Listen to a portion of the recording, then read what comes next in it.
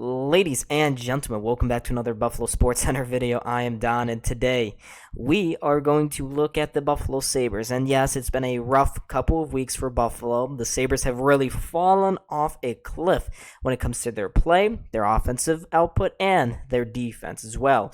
And today we're going to very quickly look at a couple of reasons why the Sabres' play has totally and utterly collapsed. Now, I should mention that they are not going to the playoffs now. Yeah, I made a video a couple of weeks ago with the Deep Dive podcast talking about reasons why they could and how they could, but they're not.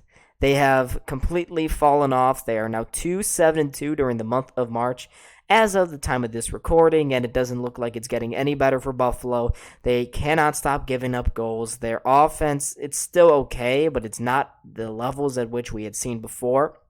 And there's a lot of reasons for this, but the most important one I would say is that our goalies are just not making any saves right now. Ukko-Pekka Luukkonen is not doing very good this month. He was a big reason why the Sabres lost against Washington in that 5-4 shootout loss, which really just was this team waving the white flag. And Craig Anderson, he's been serviceable for Buffalo over the last two seasons, but he just isn't as agile. He's not as quick. He doesn't have the speed anymore to be a top-tier goalie. And while his stats say, yeah, he's all right, he's been all right, and he has, he is not the kind of guy that will get us to a playoff spot. He just isn't. And don't even get me started on Eric Comrie. Comrie has not been good for Buffalo all season long. A lot of fans were clamoring for him to be getting the majority of starts for Buffalo in the final part of the season, but after another injury and after giving up 10 goals against the Dallas Stars, that's not happening. So all of that, all of the goalies and the lack of them making routine stops has just really led to anxious play, especially from our defenders, which is why I'm going to talk about anxious defending here. And what is anxious defending? Well, it's not necessarily definable, but you can clearly tell when it's happening. And the biggest example of this is the Sabres and their bad pinching.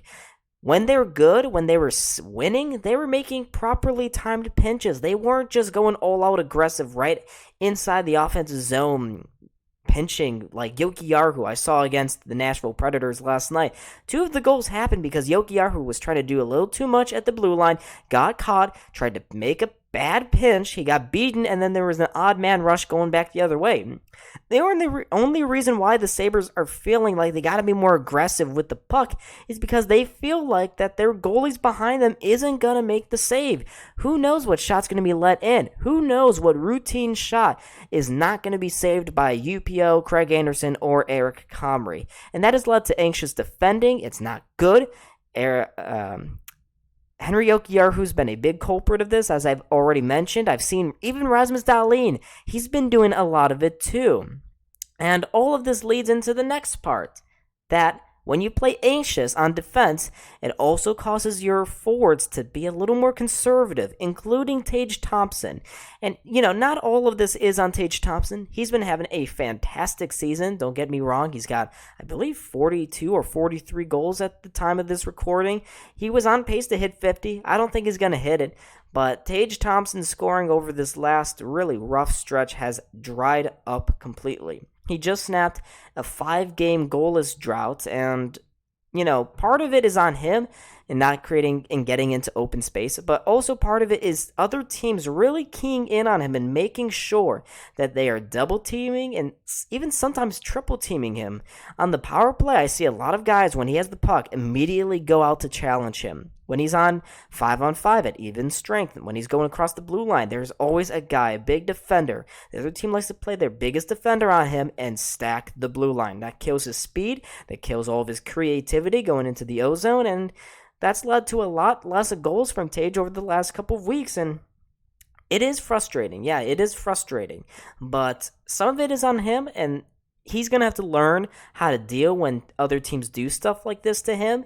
And part of it is just other defenses clamping down. And, when Tage stops scoring, you would expect and hope that your other guys would step up, and that hasn't happened here. And Let's keep it moving now and talk about some injuries, because the Sabres, yes, have been dealing with some injuries, especially in the defensive core. Once again, Mattias Samuelsson, he had a big injury at the beginning of the season back in November when the Sabres had their 8-game losing streak. He has gone down again, and ever since then, the Sabres have lost 7, or it is 2-7-2 now. They've lost 8 of their last 10 games.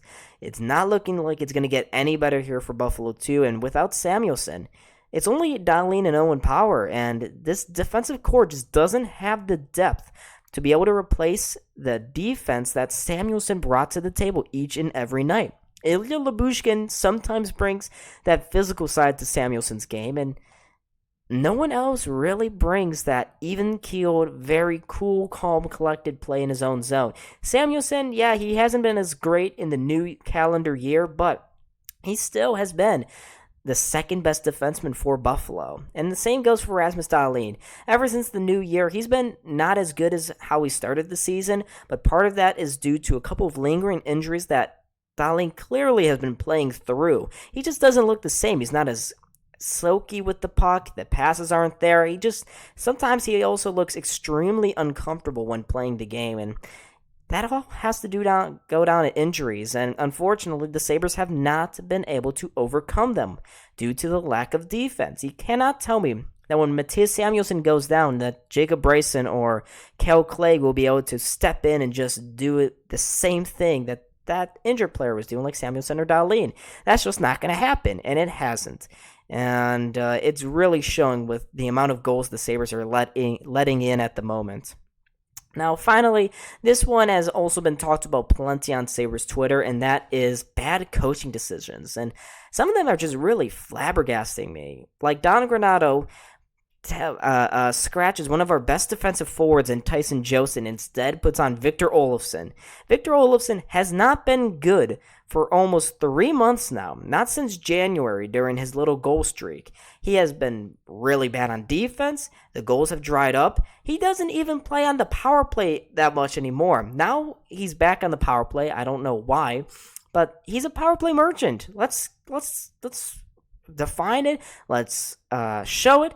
Let's call it out. He is a power play merchant, and for some reason, Don Granato finds that to be more valuable than what Tyson Jost and even JJ Peterka brings to the table. When you, in a must-win couple of games, you sub out Tyson Jost, you sub out Peterka, and you bring in Vinny Anastroza, who's been actually kind of okay this season, and Victor Olofsson, what do you expect? Why would you tinker with the lines? Just some of the line decisions have not been good. Don Granato really seems like he's overthinking a couple of things here.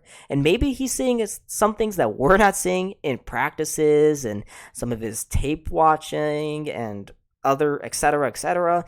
But it's really baffling to see some of the personnel decisions that Don Granato is making. And very rightly so, a lot of Sabres fans are frustrated by some of the line decisions, some of the coaching changes made by Granato, and especially over this last losing streak. Look, when you're winning, none of this is really talked about. It's being swept under the rug. But when the Sabres are losing like this, and Don Granato's making these kind of changes, it's not going to be viewed very kindly. But, folks, let me know in the comments, what do you think is the reason for the Sabres' recent collapse?